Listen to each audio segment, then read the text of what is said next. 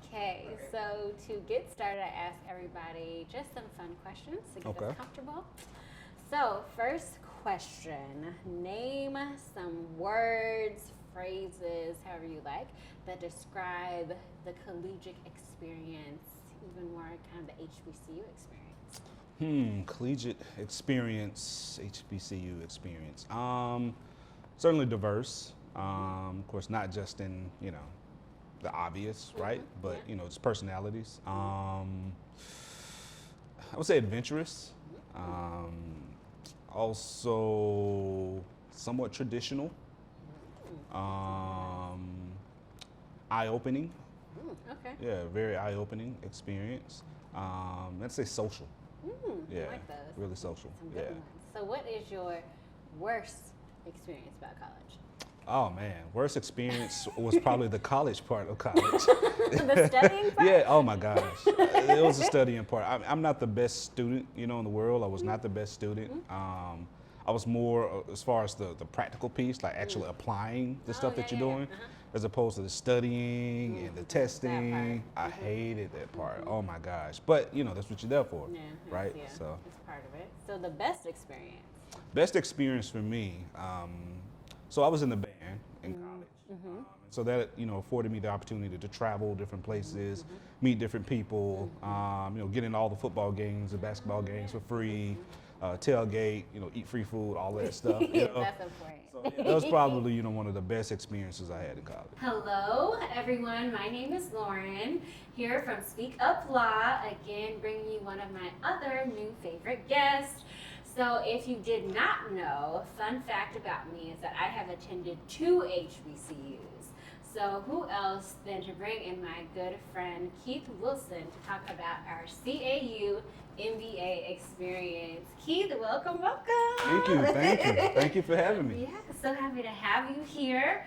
So can you introduce yourself to the people so they know who you are? Yep. So Keith Wilson, like Lauren mentioned, went to Clark Atlanta University together, MBA program, class of 2011. Yeah. Ooh, 10 years? It's been 10 years, man. 10 years. We don't look it's it grown though. into- We don't look it No, though. not at all. Not at all. No, not at all. But yeah, originally from Mississippi, born and raised. Been living in Atlanta off and on for years now. So just moved back here in 2017. So glad to be back in the city that I love. But yeah, it's really excited to be here. Yes, thank you for joining. So we're going to talk about some of your upbringing, the collegiate experience, which I love your journey. So maybe let's hop into that first. So let's talk about how your school journey went. Yeah, so when I graduated high school years ago, I won't say how long ago, years ago. I didn't go to the traditional route as far as a 4-year undergraduate college and then off and so on. I started at a community college because it was cheaper. I was in the band in high school, so it gave me an opportunity to have pretty much a free scholarship. Very nice. For those years at community college. And honestly, those probably 2 of the best years of my life. Wow. Socially. I met so many people that was really cool, people that I knew of but didn't get a chance to really know because they stayed at the town, 20, 30 minutes away. Oh, okay. So now that, I was able to be there with all those people, it was really cool. We had a real interesting collective of personalities. But, it was fun. It felt like my home away from home. And that's probably the first place that really just broke me out of my shit. Okay, very nice. So then after graduating from there, what's the Yep. next phase? Yep. So after that, after trying major after major after major at community college, Yeah. finally transferred on to Ole Miss, the University of Mississippi. Some call it a PWI. Oh, I call it- PWI. yeah, I call it an HWCU. Okay, That's what I okay. call it. So that was a really interesting experience for me because there were lots of times where I felt like, oh, okay, it's a real cool crowd, real cool people, real progressive type campus. Yeah. But then there were other elements that reminded me, okay, you're at a PWI, you're at okay. a HWCU. A lot of that came, in times where I was the only brother, in the class, let alone the only black person in the class. So having to kind of network with other students, group projects with other students was a little awkward because you didn't really have much to talk about. But above all that, there were still some really unique experiences that I hold dear. Okay. The football games, the basketball games, programs. The fact that there was a tight knit, African American community there for me to kind of leverage and lean on. Even the teachers or the administrators at the college, that were African American, really took on to me and allowed me to get, other opportunities, to get really into my major of marketing. So, giving me like my first sports marketing internship. So, I was the guy shooting T-shirts in the crowd. Really? Yeah, at the football games and the basketball games. Oh, wow. I was the guy DJing the games and playing music at all the games. So, that was really a cool opportunity for me. But that wouldn't have happened, at that type of school if it wasn't for people like Derek Horn or Mark McLeod that really, really looked out for me. From an athletic standpoint or just for a cultural standpoint, there at Ole Miss. So how did you get to Clark? So, graduated from Ole Miss, was ready to take over the world, had my degree fresh in hand, had this student debt, I got to work it off, you know what I'm saying? That part. Yeah, but the thing, it was something that was always missing during my experience at Ole Miss. Had a lot of good education there, a lot of good life learnings, but I felt like something culturally just still was missing. Like I didn't get the full education that I signed up for. And so for that, I knew, okay, I needed to kind of get my MBA, for me to kind of take that next step in marketing. I couldn't really go there with an undergraduate degree. So I started looking up schools and programs and things that I wanted to go to. In my mind, I was just going to maybe go to just another PWI, get my MBA there. The GMAT had other plans for me. Oh, yeah, that GMAT. Yeah, Woo. yeah. So that humbled me really, really quick. Because I said before, I'm not a test taker. That is not my strong suit. But it was a homegirl of mine that I was talking to at the time on the phone. I was asking her, hey, what school should I look into? What do you think? And she mentioned to me Clark Atlanta. Why don't you look at Clark Atlanta? And prior to that, I had never heard of Clark Atlanta. Wow. Never heard of Clark Atlanta at all. Wow. Only HBCUs I had known of were like Xavier, Jackson State, Mississippi Valley State, most of the Mississippi. Yeah, like because of like location wise. Yeah. Oh, okay. And then of course Howard, Spelman, and Morehouse. I heard of those. Never heard of Clark Atlanta. So I looked it up, saw they had an MBA program, picked up the phone and called and tried to get more information about it. And the person that answered my phone was Miss Casey. It was Miss Casey. Yeah. Yes. So yeah, she picked up the phone. I told her my story about how I was looking for something different, more of a cultural education where I could feel like I was at home, family, be nurtured socially. And she, made it happen and put me in contact with, everybody that I needed to at Clark and, enrolled at CAU. Yeah, it's like the rest is history. Yep, And our rest class is history. was so small. Oh, and yeah. I love how you touch on like the hominess because education for me, I personally knew I could not be a number. So coming from Fisk, which is small, Clark, or at least our program was even smaller. I need someone to help guide me because I will just get lost in the sauce at a big school. I know me. Yeah. So how, from just of the difference between the two, because you've had the PWI and the HBCU experience. So can you talk about that a little bit? Yeah, so I think for me the biggest difference up front was, I loved my experience at, PWI, learned a lot, but it still felt more transactional there. Oh, okay. The whole, student college experience felt more transactional there. Whereas at Clark Atlanta, it didn't feel transactional at all. Like I felt like I was somewhere that I belonged, somewhere that, they had just as much of a vested interest in me as I did in them. And that they really wanted to push me and see me go and do more and be more, you know. But then too, just experience, with our class, just being around just so many people that are just on it, that look like me, that motivated me in ways that I had never been motivated before because I didn't have that type of foundation before.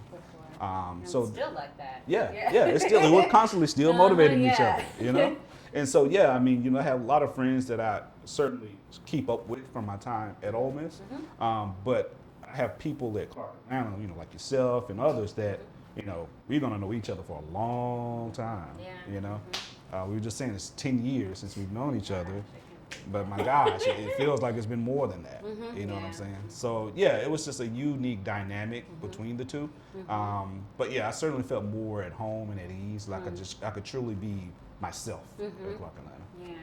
And it's just a bond. I think for me of like a defining moment that I feel like we're gonna be bonded regardless, you know, just our experience. But China, Oh my gosh. Oh man. Oh man. yeah. Yes, China. Oh my gosh, China was so cool.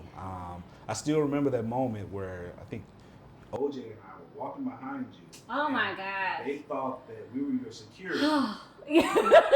And they thought you were Beyonce. And they were sitting there taking pictures of you. Yeah, I have saying, Beyonce. And we were just your security. You know? Yeah, I'm like, all right, cool, yeah. And I took pictures with these poor girls. I'm so sorry. Hey, it's cool. I was like, okay, here. Yeah, but it was super cool though, you know, especially in then the silk market. Oh, yes. You know, bargaining for all of that stuff. That's I mean, negotiation skills. We learned that early. Yes, I never would have learned that anywhere else. Yeah, only at Clark Atlanta you learn negotiation while negotiating a 3-piece suit for $100. Yes. I love the Forbidden City. Oh, I thought that I had never seen something so beautiful in my life. Like I was like blown away. Oh yeah. The train experience was a lot. Oh my gosh. I thought I was gonna probably die on that, but that's another day. The subway was a lot too. This subway was crazy. It was. It was certainly interesting to say the least.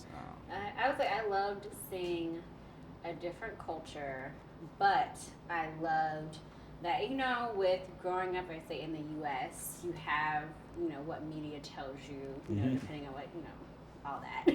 Yeah. But I loved that regardless in China, I was able to meet people and have connections with other young people, regardless of where they were from. I still remember the students we met, they were from Africa. They knew like 6, 7 languages. Oh, yeah. And I was like, I was just blown away and so impressed, and meeting other Chinese students and just like that whole thing. The food wasn't. Yeah, the food was interesting. Yeah. You know, I mean, some stuff was really good. Yeah. You know, I told a lot of friends of mine that, you know, we actually had to act out the food that we wanted at times. When they didn't have pictures, right? We would either point, and if it didn't, I was clucking like a chicken. I was mooing for some beef, and I was oinking for some pork. So, you know, whatever worked. And you remember the time when we like ordered all that food, Oh but we my learned gosh. like after the fact that's like not how you Yeah, do it. yeah. I was like, I'll take this, and that. Right. Like that's not how it works, but it's fine. Yeah, and Learning then experience. too, you remember ordering and what was it, McDonald's and KFC delivered? Yes. Fried chicken wings at McDonald's? Yes, yes, Bomb. it delivered, and then the Pizza Hut had like a waterfall in it. Yeah, that was the best. Yeah, Pizza like you can go on a ever. date in Pizza Hut. Hello. Yeah. That I was like, we need this in the state. Right, but I don't know if, you know, taking a girl to Pizza Hut for a date, you know, That that's may gonna not rock work. here. Yeah. But hey, you know, we'll try it. We'll try it. Let me think. Anything else with China that was? I say Shanghai. was Yeah, beautiful. Shanghai was cool. It was really, really cool. You know, you just seeing the difference in the culture there. How it was more Western than it was, you know, traditional, like Beijing. You know, the fashion, all of that. Yeah. Like, okay, I felt like I was back in the States in Shanghai. Yeah. So. Yeah. That I have not gone back, but I do want to one day just to kind of see it more as an adult. I think it's really interesting. So we didn't touch much on it, but I definitely want to touch on your upbringing. Because you are from Mississippi. I was about to sing it out, but embarrass myself. But you are from Mississippi. So what was it like growing up there? It was home. You know, it's all I knew. It was, you know, very, I'd say, humble upbringing.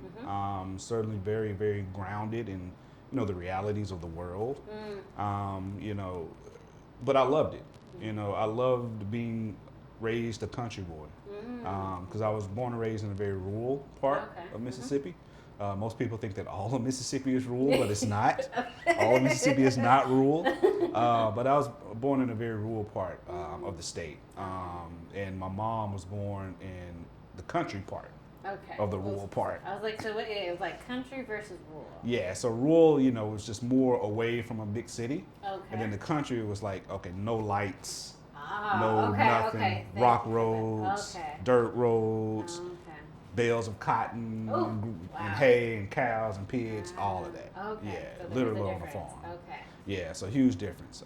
But for me, it was a really cool upbringing because I was really close to a lot of family. I was able to make really close connections within that small community. We weren't taken away from any of the realities of the world when it comes to you know gangs and drugs and all of that stuff. You had that everywhere. I had that in my hometown, but it was much more concentrated. Wow. Okay. So being from a place like that, it was much easier to get caught up in those things. And a lot of that had to do with the fact that you didn't really see a way out. For me, I always wanted to go beyond Mississippi and see what else was out there.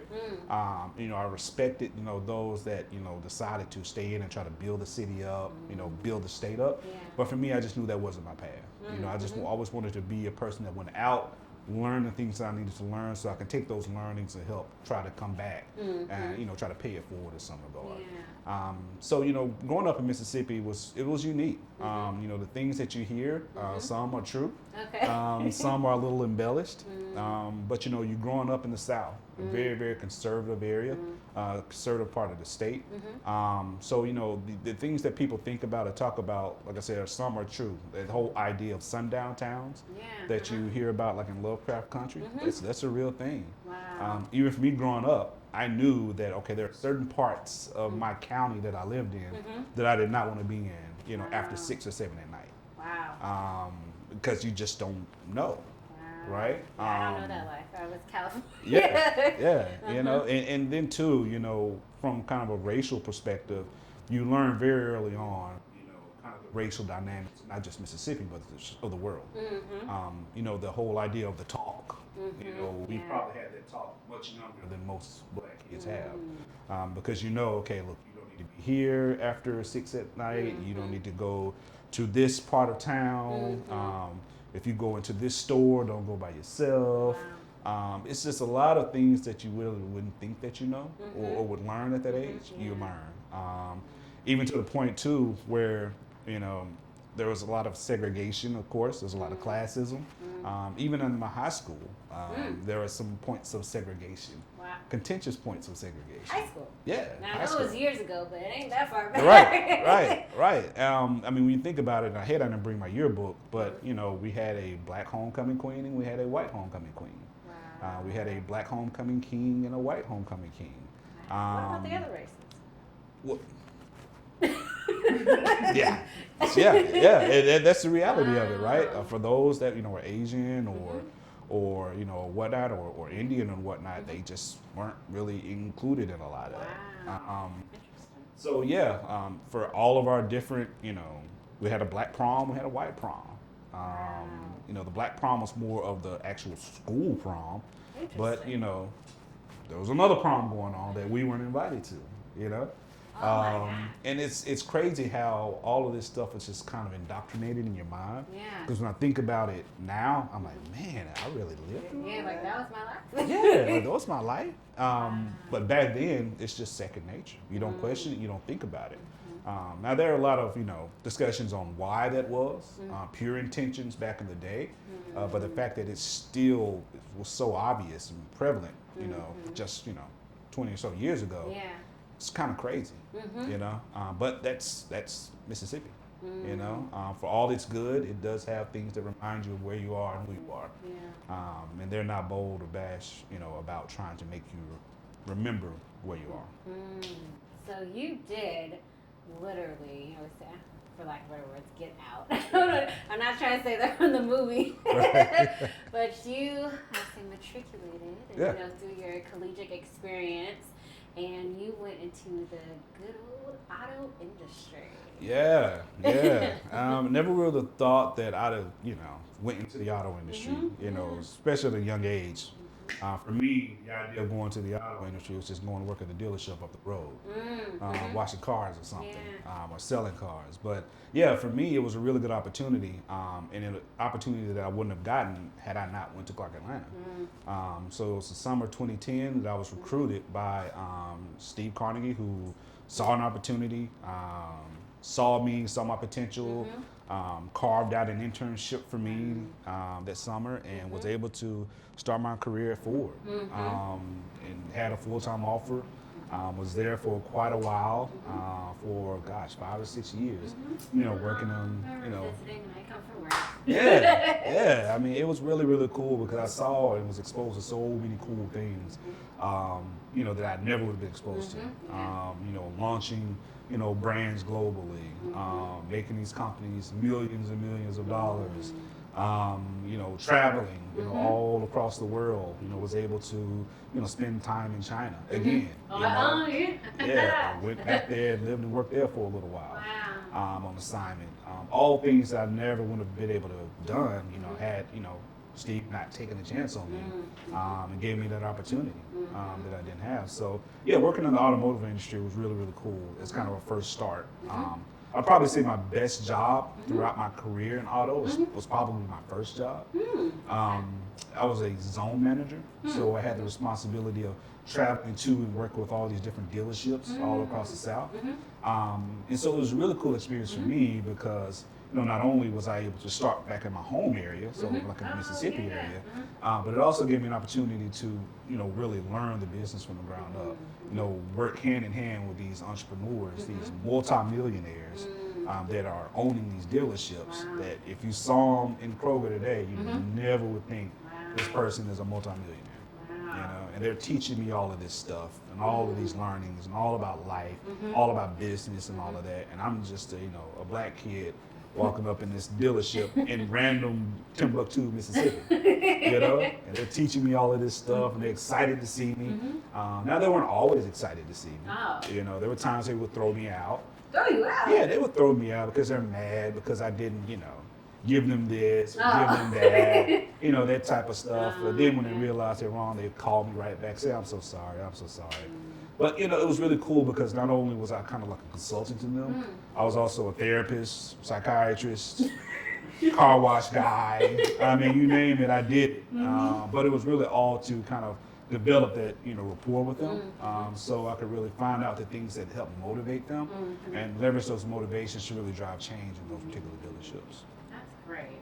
So now with all auto industry, corporate life, you have now kind of transitioned into some new levels of life in the investing world, and I'll wait for the second part. You can share that. So yeah, you know, I've always wanted to kind of be my own boss in some regard.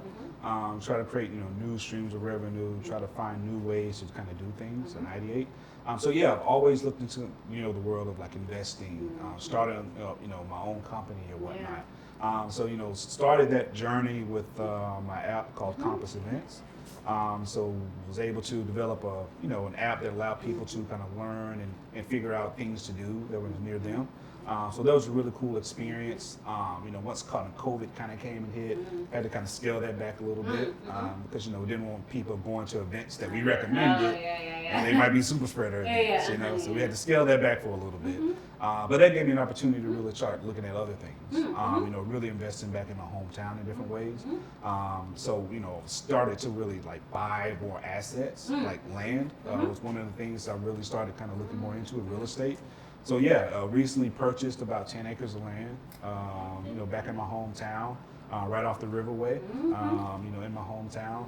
And so, you know, it's been a really cool opportunity to kind of say, okay, look, this huge piece of land with all these trees, and it's not the river, but all of that, you know, I own that. You know, it's mine, and I can make that whatever I want it to be. You know, I can develop it for myself. I can develop it for my community. It's just really cool having that type of influence and kind of the topography or the dynamic of my small town. So it's been really cool. So have you thought of anything of what you want to do yet, or you just kind of, I was like, I don't want to have you spill any secrets now. No, I mean, I've been looking at a lot of different things. You know, one of the things I've been thinking about doing is developing into like a park for the community to enjoy. Another thing that I've been looking at and talking to the city about is, you know, developing it into like a drive-in theater, movie theater. You know, with COVID and everything, trying to make more safe outdoor type of events that the community can still go to.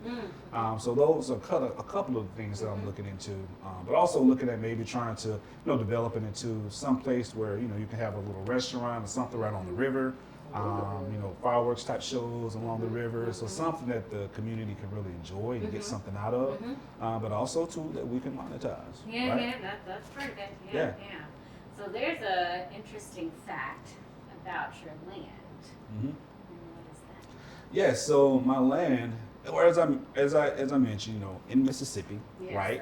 My hometown of Aberdeen, love it to death.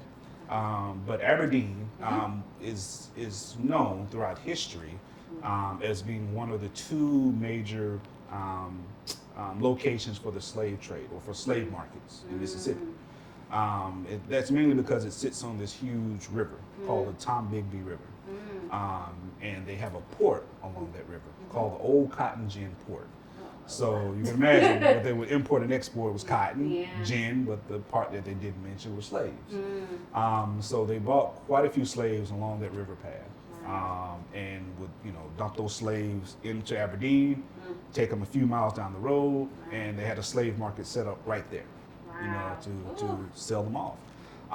So yeah, I'm the only person that owns land, or the only person of color that owns land along this river that more than likely brought my ancestors into Mississippi.